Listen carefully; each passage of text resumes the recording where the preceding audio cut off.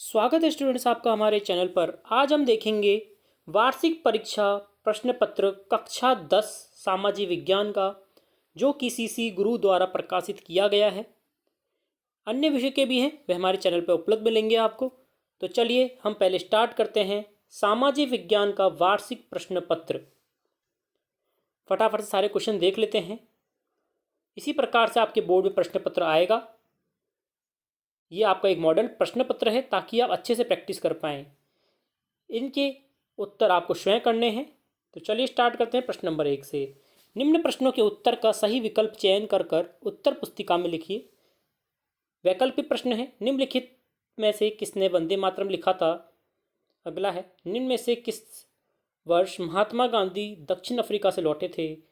अगला, निम्न में से किस राज्य में लाल पीली मृदा मुख्य रूप से पाई जाती है। सौर ऊर्जा किस प्रकार का संसाधन है। भारत में जनगणना कितने वर्ष पश्चात होती है।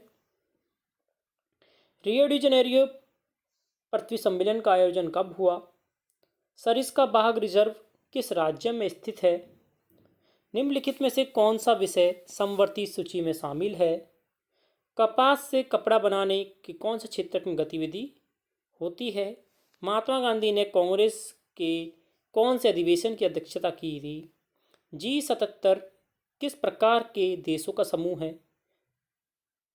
लास्ट है, निम्न में से नगर निगम के अध्यक्ष को क्या कहा जाता है।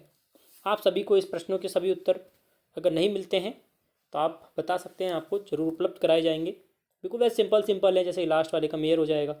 इसी प्रकार सभी ये क्या है, सिंपल प्रश्न हैं, आपको स्वयं करने हैं। ये एक मॉडल टेस्ट पेपर है। अगला देखिए, भारत के कुल रिक्तान की पूर्ति करनी है। कितने प्रतिशत वन स्थित है बताना है। भारत में प्रोजेक्ट टाइगर की शुरुआत कब हुई।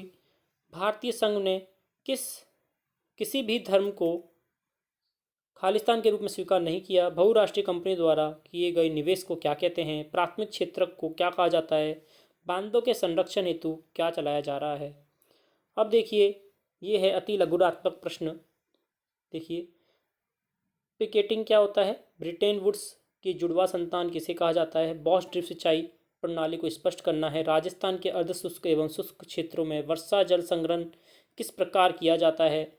इसी प्रकार जर्मनी के एकीकरण का श्रेय किसे दिया जाता है। बेरोजगारी किसे कहते हैं। आनंद मंड उपन्यास का लेखक कौन है। संघीय शासन व्यवस्था के कोई दो उद्देश्य बताइए। कांग्रेस ने किस अधिवेशन में पूर्ण स्वराज की मांग की थी। और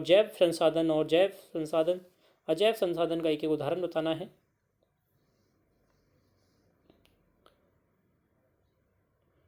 प्राथमिक क्षेत्र में कौन सी आर्थिक गतिविधियां शामिल है। और सकल घरेलू उत्पाद गणना किस प्रकार की जाती है। अब हम करेंगे भाग ब, जिसमें उत्तर सीमा 40 शब्द की है। संघीय एवं एकात्मक शासन व्यवस्था में कोई दो अंतर। स्कॉटलैंड को किस प्रकार यूनाइटेड किंगडम के में शामिल किया गया। 1909 में गांधी जी द्वारा रचित पुस्तक का नाम बताइए। और स्वतंत्रता प्राप्ति में अंग्रेजों के विरुद्ध असहयोग की नीति क्यों अपनाई थी बताना है। मरुस्थलीय मृदा के मुख्य विशेषताएं। जॉलवेराइन के विषय में आप क्या जानते हैं। भारतीय अर्थव्यवस्था में कृषि मुख्य हमें स्पष्ट करना है। सत्ता की साझेदारी के पक्ष में कोई 3 तर्क। और सत्ता की साझेदारी को वांछनीय क्यों बता रहा है। बारवाहे रोपण कृषि भी एक प्रकार की वाणिज्यिक खेती है। इस कथन को स्पष्ट करते हुए 4 विशेषताएं बताइए। अगला, भारत सरकार की भाषा नीति को संक्षिप्त में बताइए। साइमन कमीशन पर संक्षिप्त टिप्पणी लिखिए। रियो डी जेनेरियो पृथ्वी सम्मेलन 1992 की प्रमुख बातों को स्पष्ट करना है। और वैश्विकरण से आप क्या समझते हैं, अपने शब्दों में स्पष्ट करना है। भाग स है, जिसमें उत्तर सीमा 100 है।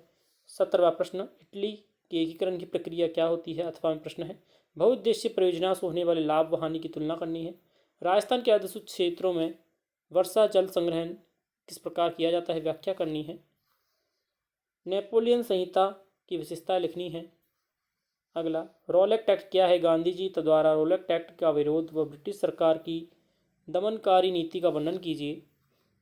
22वां है, नेपाल में लोकतंत्र के लिए दूसरा आंदोलन के विभिन्न चरणों का स्पष्ट करना है।